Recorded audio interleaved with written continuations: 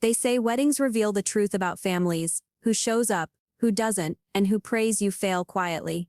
For Irene Combs, that saying wasn't a proverb, it was prophecy. At 31, she'd spent most of her adult life trying to be noticed by parents who treated affection like currency, something you earned by impressing strangers. Her father, Stanley Combs, was a real estate magnate in Charleston, South Carolina. Her mother, Teresa Combs, was known in the city's social columns for her pearls, charity events, and her uncanny ability to smile while cutting someone to pieces with words that sounded like compliments. Irene had always been the quiet daughter, the one who didn't attend the right galas or date the right men. While her older brother lived in Europe and her younger sister modeled for luxury brands, Irene built a modest but successful career as a financial analyst at a mid-sized firm downtown. She wasn't loud, but she was capable. And for years, capability was invisible in the Combs family. That changed when she met Trent Guevara, a 33-year-old acquisitions consultant with calm eyes, an analytical mind, and a quiet sort of loyalty that felt like safety. They'd met during a client audit and fallen into step with each other, like people who'd finally stopped pretending. Trent didn't come from wealth, but he knew how to build it. He also knew what Irene's family thought of outsiders. Still, when he proposed on the pier near Shem Creek, just the two of them, wind tugging at her hair, and the smell of salt in the air, Irene believed her family might finally see what love looked like when it wasn't wearing designer labels. The wedding date was set for June 11th. Invitations went out, elegant ivory cards, with raised gold lettering, addressed by hand. Irene made sure her parents' envelope had every mark of respect, engraved seal, personal note, even a photograph of the engagement ring. Days passed. Then weeks. Everyone responded, except them. She told herself they were traveling, busy. Surely they'd call, but silence became an answer all its own. When Irene finally phoned home, her mother's voice carried that familiar blend of sweetness and frost. Teresa Combs speaking. "Hi, Mom, it's Irene." "Oh, Irene darling. Yes, we received your little card, lovely color. I just wanted to be sure you both could come. It wouldn't be right without, we're occupied that weekend," Teresa interrupted. "The annual Charleston Heritage Gala. It's rather important. Your father's name is on the hosting committee." There was a pause. Not an apology, not even discomfort, just silence that told Irene everything. "I see," she said softly. "Perhaps next time, dear," her mother replied. And then the line went dead. The phrase lingered in Irene's mind like a wound. Next time, as if weddings were seasonal events, as if love had an encore. 2 nights later, while scrolling through social media, she saw the announcement, an official post from the Charleston Ledger Society. The Combs family to host annual charity gala for historic preservation, June 11th, at the Combs estate. Her date. Her supposed day. The photographs that followed made her chest tighten, her mother smiling beside city officials, her father shaking hands with investors. Champagne towers. Gold drapery. A caption, "A night of legacy and pride." Legacy and pride. The very things she was never allowed to represent. When she showed Trent the post, he didn't speak right away. He just placed a steady hand on her back and said, "Then maybe we stop asking them to see you. Maybe we build a life where you no longer need their eyes on you." That night, she sat alone on the porch of their small Charleston townhouse, the sea breeze brushing against her face. The returned invitation lay on her lap, the envelope's corner bent, the wax seal half broken. She folded it once, then again until it became a small, heavy square she could close her hand around. It wasn't anger she felt. It was something colder, something sharper. In that moment, Irene Combs realized she would never again beg for a seat at their table. If her family valued appearances over love, then she would let appearances destroy them, politely, elegantly, and publicly. The next morning, she walked into her office with a calm face and a steady heart. Nobody knew that beneath her cream blouse and soft smile, she was already building a plan. Her humiliation would not end with tears. It would end with headlines. And when it did, the Combs family would remember June 11th, not as the night of their grand gala, but as the day the daughter they ignored rewrote their legacy. Charleston's summer heat carried a stillness that year, thick as syrup and slow to move. Irene Combs learned to match it, calm on the surface, calculating underneath. The world thought she'd taken her parents' rejection in stride. She smiled at work, answered emails, and chose floral centerpieces for her wedding like nothing had happened. But behind that serenity lived a sharpened awareness, a sense that humiliation could be repurposed if you studied it long enough. Her fiancé, Trent Guevara, had built his success on that same principle. His firm, Guevara Holdings, specialized in acquiring distressed assets, mortgage portfolios, failing estate trusts, and over-leveraged developments owned by people who'd mistaken pride for prudence. When Irene told him about her parents' debts, the hush-hush rumors whispered at country clubs about Stanley Combs refinancing the estate to fund legacy projects, Trent's expression didn't change. He simply said, "Show me the paper trail." That was how the plan began, not as revenge, but as research. Each night after work, Irene opened her laptop and combed through county records. Charleston's property databases were public, so were lien filings and loan schedules. What she found confirmed what Trent had suspected. The Combs estate wasn't an unshakable monument. It was a sandcastle built on borrowed money. The family's charitable foundation had pledged more than it could afford, and to keep up appearances, Stanley had mortgaged the estate itself through a shell company called Mariner Trust LLC. The mortgage was bundled and resold twice, now sitting inside a mixed asset portfolio owned by a firm in Savannah. That firm, as fate would have it, was negotiating a buyout with Guevara Holdings. The irony was poetic. The very company Irene's fiancé was acquiring would give them control over her parents' home, the same estate hosting the gala that replaced her wedding. Irene didn't tell Trent what to do. She didn't need to. He simply nodded and said, "Then let's make sure it's a fair transaction, and let the timing speak for itself." Over the next few weeks, Irene worked quietly, like a ghost in her own story. She learned about covenants, redemption clauses, and foreclosure procedures. Each page of financial data she read felt like a slow-turning key unlocking something larger than money. It was dignity rewritten in legal language. During lunch breaks, she'd visit the wedding planner smiling softly, nodding at swatch samples, pretending to fret over seating arrangements. But every time someone mentioned her family's absence, that same gentle smile returned. "Sometimes absence is a gift," she'd say. At night, Trent would cook pan-seared salmon, rosemary potatoes, quiet comfort.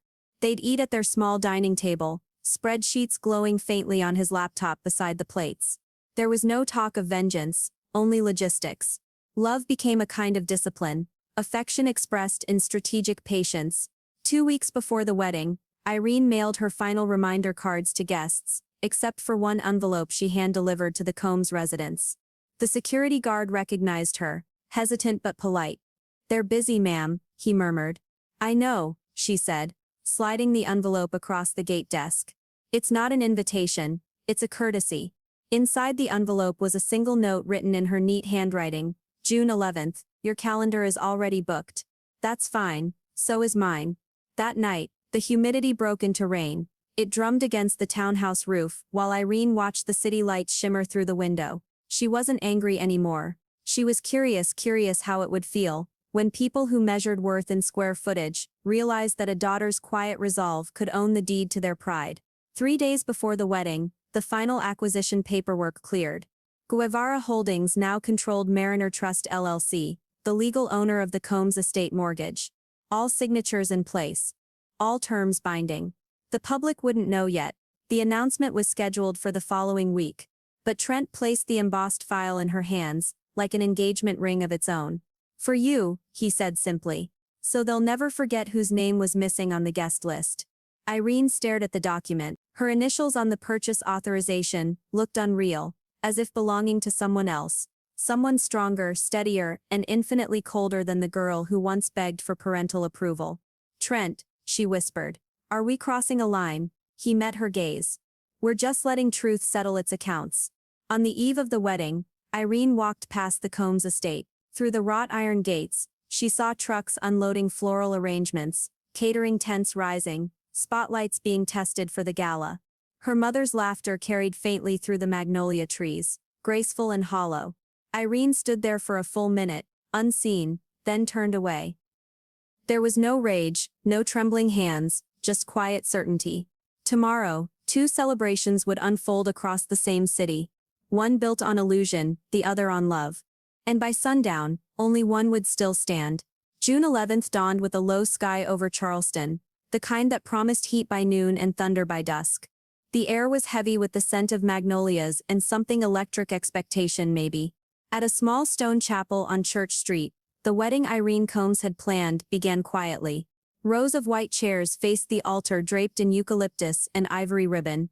There were no chandeliers or string quartets, just a pianist playing softly in the corner and friends whispering warm congratulations.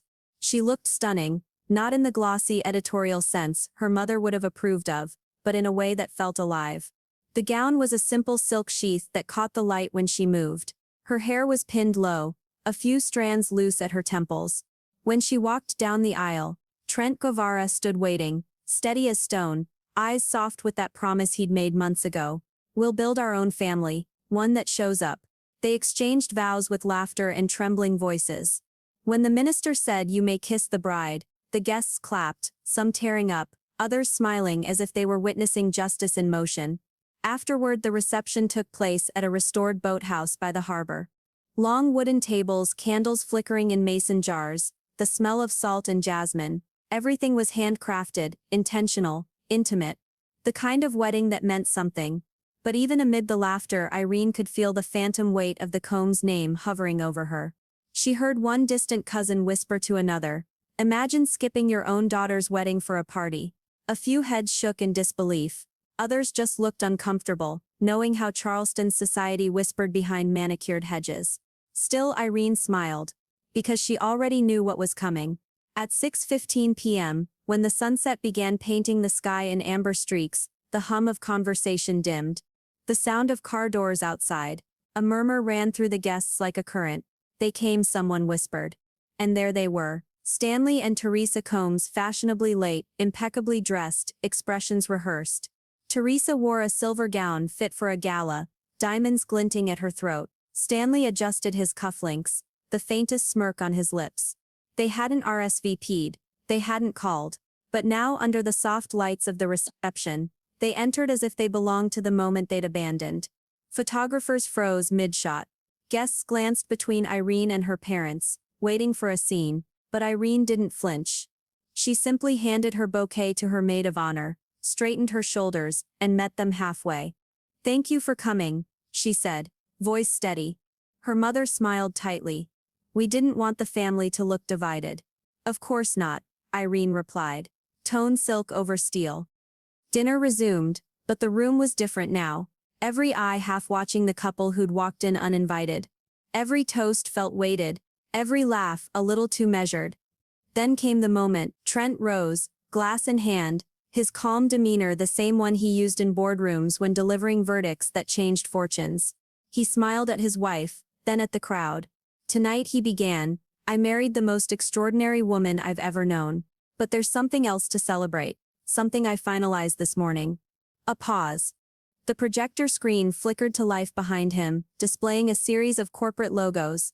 "As of today," he continued, "Guevara Holdings has completed the acquisition of Mariner Trust LLC, the parent company managing several estates across Charleston, including one many of you may recognize." The logo of the Combs estate appeared. A silence fell over the room, the kind that bends time. Teresa's fork clattered against her plate. Stanley's jaw twitched once, twice, before setting rigidly. Trent raised his glass. "This isn't about revenge," he said simply. "It's about protection. For our future and for the people who've built their worth on integrity, not inheritance." And then, with perfect calm, Irene stood beside him, lifted her own glass, and said the line that burned itself into Charleston legend. "They skipped the wedding, so I made them attend the foreclosure instead." The room erupted, some in stunned laughter, others in disbelief. The sound of cameras clicking was almost musical. Teresa's face drained of color. Stanley leaned back, chest tight, the muscles in his jaw shifting like stone under pressure. It was all real, the paperwork, the transaction, the timing. The estate was under new management, their mortgage under new ownership, and their illusion of control publicly stripped away at their daughter's wedding. And through it all, Irene didn't sneer or raise her voice, she just smiled softly, turning to her guests. To those who couldn't make it earlier, she said, "Thank you for finally showing up." Applause broke out, not roaring, but steady, affirming. Her parents left early, faces pale, their departure as quiet as their betrayal had once been. By midnight, word had spread beyond the boathouse. Social feeds lit up with speculation, photos, whispers, the Combs humiliation, they called it. A city that once praised their elegance, now fed on the irony that their daughter, the one they'd erased, now held the deed to their legacy. And Irene, still in her silk gown, barefoot now on the dock, watched the harbor lights shimmer. Beside her, Trent said nothing. He didn't need to. They'd rewritten everything with a single line. The night had ended not in scandal, but in truth. By dawn, Charleston was already buzzing. The city that loved gossip more than grace now had a feast. Every breakfast table in the historic district carried the same headline, though printed unofficially through whispers and texts. The Combs estate transferred ownership during the daughter's wedding. Reporters called it poetic. Insiders called it brutal.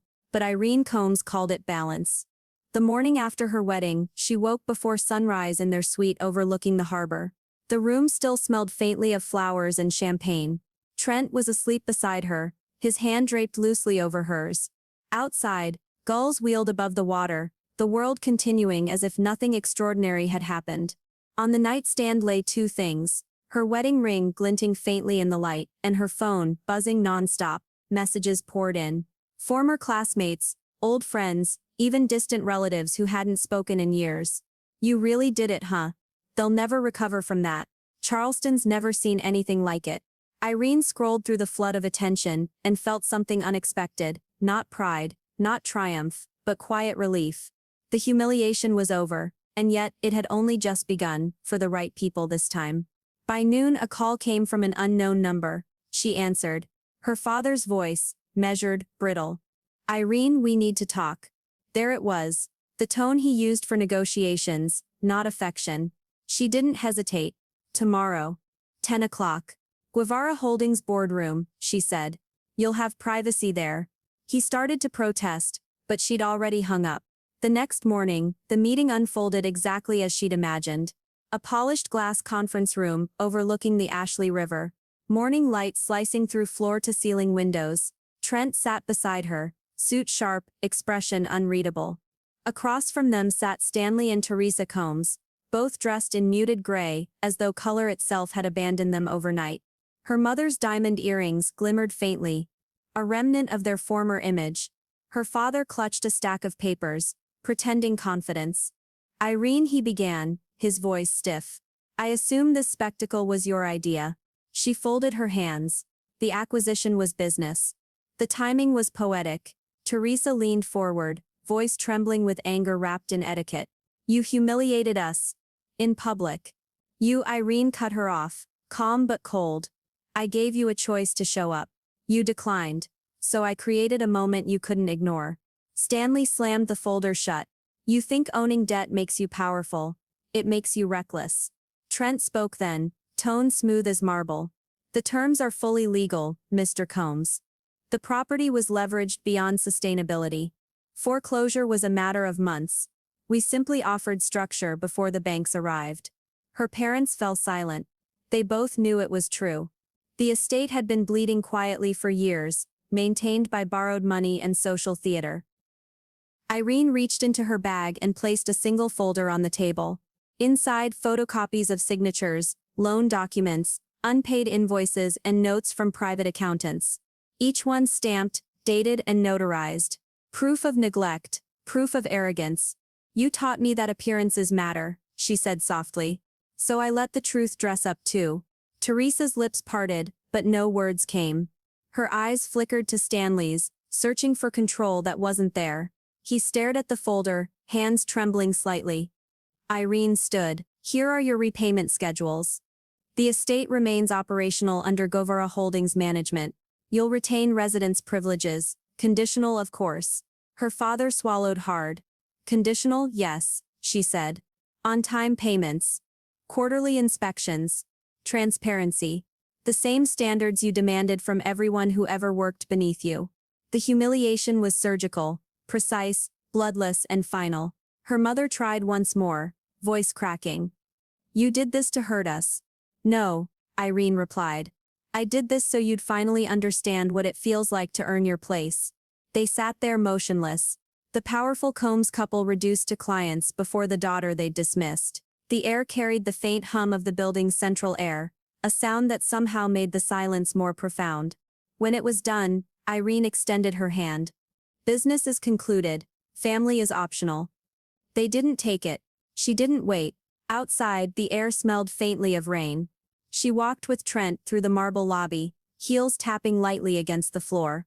When the elevator doors closed, she let out a slow breath she hadn't realized she'd been holding. Trent brushed a stray hair from her face. "You all right?" she nodded. For the first time, yes. That evening, the local news aired a feature on the Combs transition. The footage showed the family estate bathed in sunset light, a for-management under review notice posted discreetly at the gate. Social media had christened it the foreclosure wedding. In salons, cafes, and offices across Charleston, people repeated the story. She made them attend the foreclosure instead. She smiled the whole time. She never raised her voice. By the next week, the Combs name had transformed from untouchable to cautionary. Board members avoided them. Donors retracted sponsorships. The legacy that once towered over Charleston now stood on paperwork signed by their own daughter. And yet, Irene didn't gloat. She went to work, came home, cooked dinner, and sent out thank you notes from her wedding. Each envelope sealed with quiet satisfaction. For her, humiliation wasn't revenge. It was revelation. She'd held a mirror to her parents, and for the first time, they were forced to see something they'd never believed existed. A daughter who didn't need them to shine. 3 months later, Charleston had moved on. Or pretended to. The gossip cooled, but the story lived on like perfume in an old ballroom. Faint, persistent, unforgettable. People still lowered their voices when passing the Combs estate, where the once weekly garden parties had become silent courtyards of trimmed roses and locked gates. Inside those gates, pride was the only thing left untaxed. Stanley spent his mornings pacing his study, reading foreclosure notices like prayers he couldn't finish. Teresa canceled luncheons, citing health. But humiliation has a way of being good medicine. It clears the fog, forces you to see the ground. For Irene, the world had opened wide. She and Trent didn't move into mansions or pose for society spreads. They bought a modest home near Sullivan's Island, a white-shuttered place where the waves could be heard from the porch. She began teaching part-time at the College of Charleston, speaking quietly to finance students about ethics and value, words that now carried deeper meaning. Yet something lingered, a sense that the story wasn't finished. Revenge had cleaned the wound, but healing required purpose. That's when she had the idea for the Restored Foundation. A program to help young adults estranged from toxic families find footing, housing, mentorship, education grants. The name was deliberate. Restoration wasn't about fixing what broke. It was about rebuilding stronger. Trent helped her file the paperwork, leveraging contacts and resources to make it real. Within weeks, they'd renovated a wing of the very estate her parents once owned. The same wing where her mother used to host charity teas for applause. Now it housed 5 young women who'd aged out of foster care. One of them called Irene, Miss I, and when she smiled, it reminded Irene of the girl she used to be: polite, hopeful, waiting for permission to belong. News of the foundation spread quickly. Donations came in, not from old family networks, but from people moved by the story. A woman who turned her humiliation into humanity. Then one golden evening in September, as the foundation prepared for its opening gala, Irene received a letter on thick stationery. "We would like to attend the opening.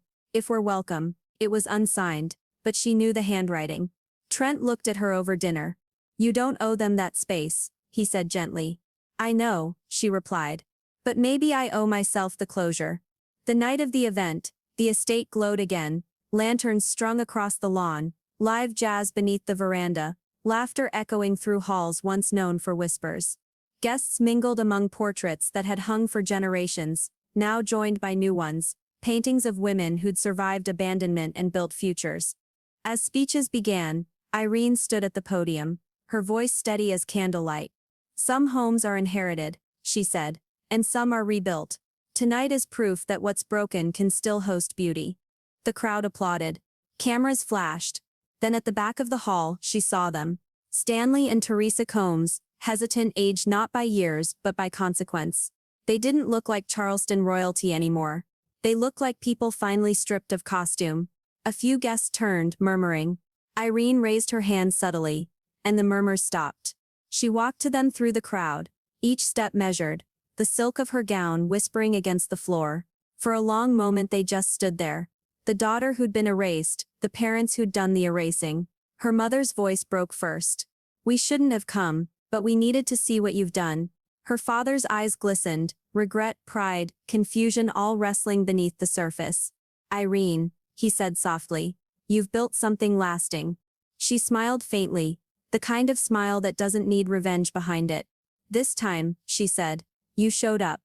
That's enough." The crowd, sensing something sacred, gave them space.